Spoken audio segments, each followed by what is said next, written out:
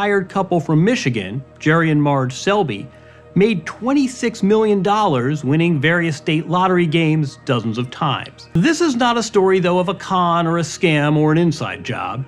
No, this is a ballad of a couple from small-town America who did something that most people only dream of. June 2003, Jerry Selby, a retired factory worker, walked into a convenience store in Michigan for his morning coffee and overheard the store owner explaining to a customer how the lottery worked, and the owner mentioned something Jerry had never heard before. Roll down. Jerry went home that night and started running calculations, and after hours of checking his work, he stared at the numbers because the math showed something that shouldn't be possible. The state lottery had a flaw, and it wasn't some small mistake. It was a mathematical guarantee that anyone who understood the numbers could win every single time. Over the next 9 years, Jerry used this loophole to win $26 million and brought his entire town along with him. When MIT students discovered the same secret and threatened to shut him down, he fought back and changed all their lives. But first, Jerry had to prove the math worked, and that meant risking everything he had on lottery tickets. The retired factory worker with a gift for numbers. Jerry Selby had just retired after decades working at a factory that made breakfast cereal. It was simple work, but Jerry had the kind of mind that could solve complex mathematical equations in his head, while other people were still looking for a calculator.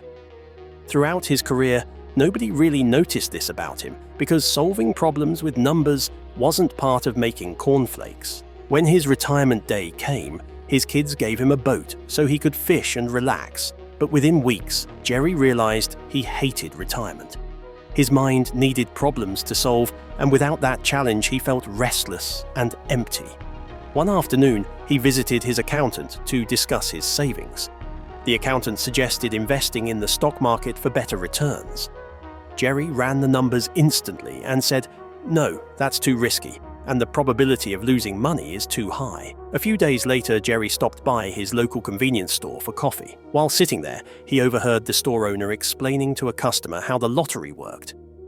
When nobody wins the jackpot, the $2 million doesn't disappear. It rolls down. The prize money gets redistributed to people who match 5 numbers, or 4 numbers, or even 3 numbers. That phrase, roll down, stuck in Jerry's mind. When he got home, he found the official rules for the Michigan Windfall Lottery and started analyzing them. After hours of calculations, he realized something extraordinary. Under normal circumstances, lottery tickets have negative expected value. On average, for every dollar you spend, you get back less than $1. But during a roll-down, when the jackpot gets redistributed, the math changes completely. The expected value flips positive. Jerry calculated that if he bought enough tickets during a roll-down, probability would guarantee he'd make money. The chance of matching 3 numbers is 1 in 54. The chance of matching 4 numbers is 1 in 1,500. If he spent $2,000 on tickets during a roll-down, he was mathematically certain to win back more than he spent. He drove to his accountant's office and said, "I want to use my savings to buy lottery tickets." The accountant stared at him. "You said the stock market was too risky, and now you want to gamble on the lottery?" Jerry explained that during a roll-down, buying lottery tickets wasn't gambling at all. It was investing with a mathematical edge. The first attempt. When the next roll-down was announced, Jerry invested $2,000 of his retirement savings into lottery tickets. He bought them all at once from his local convenience store, and the owner looked at him like he'd lost his mind. Jerry took the tickets home and waited for the drawing. When the results came in, Jerry sat down with his calculator and started checking every single ticket. He worked methodically, matching numbers and tallying wins. After several hours of checking and rechecking, he arrived at his final total. He had lost $372. Jerry was stunned. He sat at his kitchen table, surrounded by worthless tickets, feeling like a fool. Had he miscalculated? Had his math been wrong? He spent the next few days going back through his work, checking every formula and every assumption, and then he found his mistake. His sample size had been too small. With only $2,000 worth of tickets, the randomness hadn't averaged out yet. He needed more tickets for the law of large numbers to kick in and guarantee the probabilities worked in his favor. It wasn't that the math was wrong, it was that he hadn't bought enough tickets for the math to matter. The next month, when another roll down was announced, Jerry made a decision that would have seemed insane to anyone who didn't understand the mathematics. He took $8,000, nearly all of his remaining retirement savings, and bought lottery tickets. This time, when the drawing happened, Jerry sat in the same convenience store with his calculator working through the results. It took him hours to check every ticket. The store owner watched him with a mixture of concern and curiosity. Finally, Jerry looked up from his calculations. He had made a profit of $15,700. Jerry drove home with the cash and hid it in an empty popcorn tin in the pantry. He didn't want his wife Marge to find it and ask questions he wasn't ready to answer, but a few days later, Marge was looking for something in the pantry and found the money. She confronted Jerry immediately, and he had no choice but to tell her everything. He explained the roll-down rule and the probability calculations, and how he'd just proven that the lottery could be beaten with mathematics. Marge listened to all of it, and then, instead of getting angry or worried, she surprised him. She said, "I want to help you do it again," bringing the town together. The next roll down was announced, but Michigan had discontinued the windfall lottery. The store owner told them Massachusetts still ran a similar game called Cash Windfall with the same roll-down rule. Jerry and Marge drove across state lines and found a store that sold Cash Windfall tickets. Jerry said, "We'd like to buy $16,000 worth of lottery tickets." The owner said, "That will take 8 hours to print, and I have other customers. If you really want them, you'll have to print them yourselves." They spent 8 hours printing thousands of tickets and filled up boxes. It was late, so they checked into a motel with the room stacked floor to ceiling with tickets. They watched the drawing and spent the next morning checking results.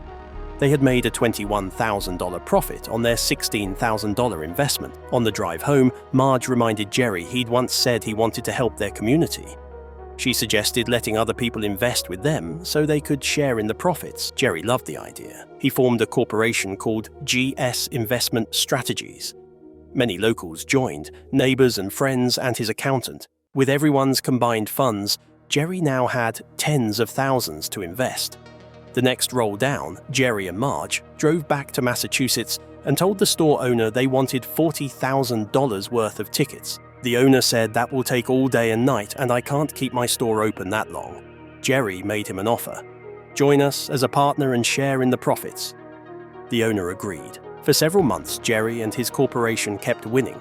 Every time a roll down was announced, they drove to Massachusetts and printed mountains of tickets. The people back home started paying off debts and expanding businesses and sending kids to better schools. Jerry had given them more than money. He had given them hope.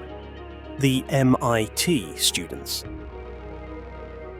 Meanwhile, at MIT, a group of students had been studying lottery systems as part of a mathematics project. One of them, a sharp and ambitious student, ran probability analyses on various state lotteries looking for inefficiencies. And he found the exact same loophole Jerry had discovered in the Massachusetts Cash Windfall game. The student gathered his friends and explained what he'd found. He said, "We need to pool as much money as we can because there's a guaranteed way to win, and we could make more in 1 month than we'd earn in years at regular jobs." The students came from wealthy families, so they were able to raise significant capital quickly. On their first roll down, the MIT group made a $50,000 profit. They were thrilled. They kept playing and kept winning. Then one of the students who had hacking skills decided to dig into the lottery system's data. He broke into the Cash Windfall database and discovered something interesting. He told the group, "There's someone else doing the same thing, and they're buying way more tickets than us. It's an old man from Michigan, and he's been doing this for years." The MIT students realized that if they wanted to maximize their profits, they needed to either work with this person or push them out. They drove to the store in Massachusetts and waited. Eventually, Jerry and Marge showed up. They had just finished another successful draw and were celebrating their wedding anniversary. The MIT student walked straight up to Jerry and said, "I know you know about the lottery loophole, and I want you to invest with us. Together we can control the entire game, and you'll still get your share of the profits." Jerry looked at him calmly and said, "I'm not interested."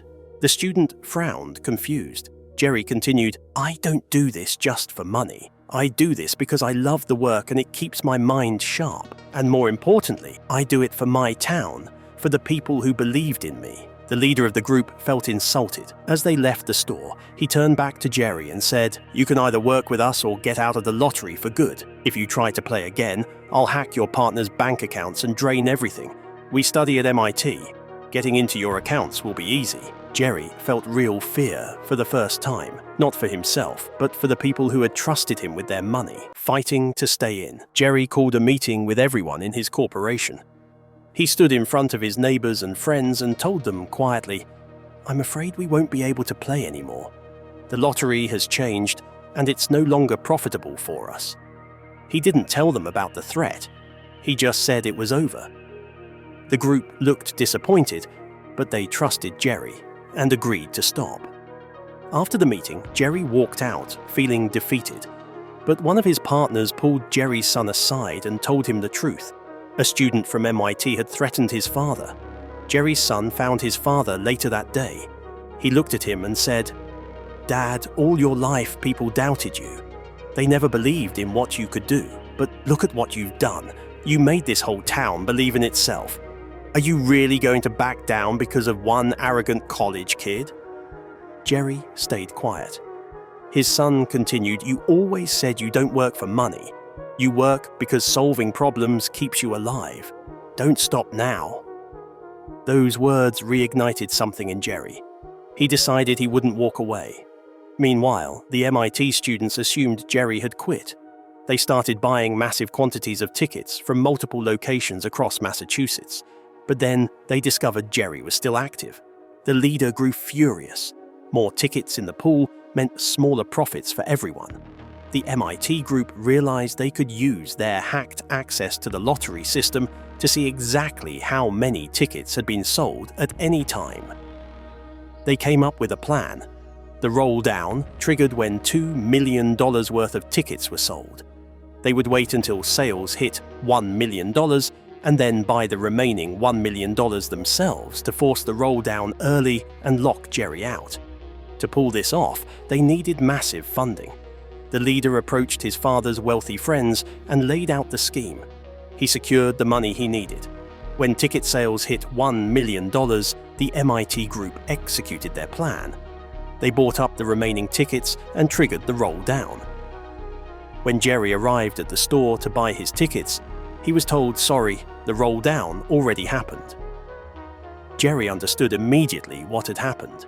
They had used inside information from hacking the lottery system to shut him out. He felt anger, but also something else: determination. Jerry made a decision. He drove to MIT and found the students in their dorm room. He looked at them and said calmly, "You think this is about money? It's not. I never played to get rich. I played because I loved the work and it gave me purpose, and it gave my neighbors a chance to build better lives." Then his voice became firm. "But you're supposed to be studying. Your parents sent you here to learn and build a future. Instead, you're wasting your time obsessing over lottery numbers and scanning thousands of tickets. What will you do when this loophole closes?" "What then?" The students fell silent. Jerry's words hit them harder than any threat could have. He turned and left, but his message stayed with them. From there, Jerry went directly to the Massachusetts State Lottery headquarters. He met with officials and explained that students from MIT had hacked their system and were using inside information to manipulate the timing of rolldowns. He said, "If you release ticket sales data publicly every day, then everyone will have equal access and no one can cheat." The lottery officials listened carefully. They agreed it was the right thing to do. From that day forward, the lottery began posting ticket sales numbers openly on their website every day. When the MIT students found out, they knew Jerry was behind it. But something had changed. When their leader tried to rally them for the next roll down, nobody showed up. Jerry's words had awakened something in them. They realized they were wasting their talent and their time. One by one, they decided to return to their studies and build real futures instead of chasing loopholes. The last draw. A few weeks later, a reporter from the Boston Globe finished a long investigation into the cash windfall lottery. She had been tracking unusual patterns in ticket sales and prize distributions. Her research led her to two names: Jerry Selby from Michigan and the MIT student group from Massachusetts. When she traveled to meet Jerry, she expected to find a con artist or a scammer. Instead, she found a kind, humble man who had used his mathematical gift to help his entire community. She understood immediately that Jerry and the MIT students had been playing the same game, but with completely different motives. The Boston Globe published her story on the front page. It revealed everything: how both Jerry and the MIT students had discovered a flaw in the cash windfall lottery and exploited it for millions of dollars. The story went viral. News channels picked it up, and suddenly everyone knew what had been happening. The Massachusetts State Lottery was forced to respond. Officials realized their game had fundamental design flaws that allowed sophisticated players to essentially guarantee profits. They announced that cash windfall would be completely redesigned and the roll-down rule would be eliminated. There would be one final draw under the old system, and then it would be over forever. When Jerry and Marge went to their usual store to buy tickets for the final draw, the owner greeted them sadly. He said, "I'm sorry, Jerry, but the lottery revoked our license. We can't sell tickets anymore." Every store where Jerry and the MIT students had played was shut down. That evening, Jerry sat quietly in his backyard.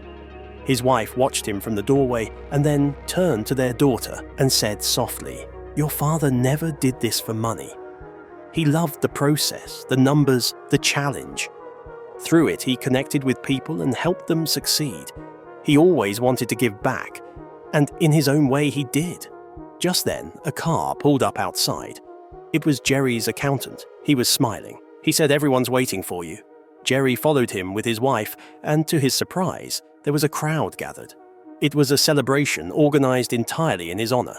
His son stepped forward and said, "Dad, you didn't buy tickets this time because you thought you couldn't. But we did, all of us. We pooled our money and drove across the state and bought tickets from every machine that was still running." Then, a loud rumble came from outside. Everyone turned to see a tractor slowly driving up with its trailer piled high with boxes and boxes of lottery tickets. Jerry's eyes filled with tears, not from the thought of profit, but from the love and faith that surrounded him. For one last time, he got to do what he loved most: sitting at a table with his wife, sorting through stacks of tickets and running calculations and checking numbers. The community celebrated not just their winnings, but the joy and purpose Jerry had brought into their lives. And when it was all over, the state of Massachusetts shut down the cash windfall game permanently. The loophole was closed, the flaw was fixed, and it could never happen again. For 9 years, Jerry Selby had beaten a system that was designed to be unbeatable. He had used mathematics to turn gambling into guaranteed profit. He had brought his entire town along with him and changed their lives. And then, just as quickly as the opportunity had appeared, it vanished. The lottery went back to being what it had always been designed to be: a game where the house always wins and the odds are always against you. That's how it is right now with the Powerball jackpot climbing. The expected value is still negative. The math guarantees you'll lose. Jerry found the one exception and exploited it for as long as it lasted. But here's the question that makes you think. If you discovered a loophole like this, something completely legal but that gave you an unfair advantage, would you take it? Would you bring your friends and family in on it? And when someone threatened to shut you down, would you fight back or walk away? If you found this story interesting, hit the like button and share it with someone who loves hearing about people who beat the system.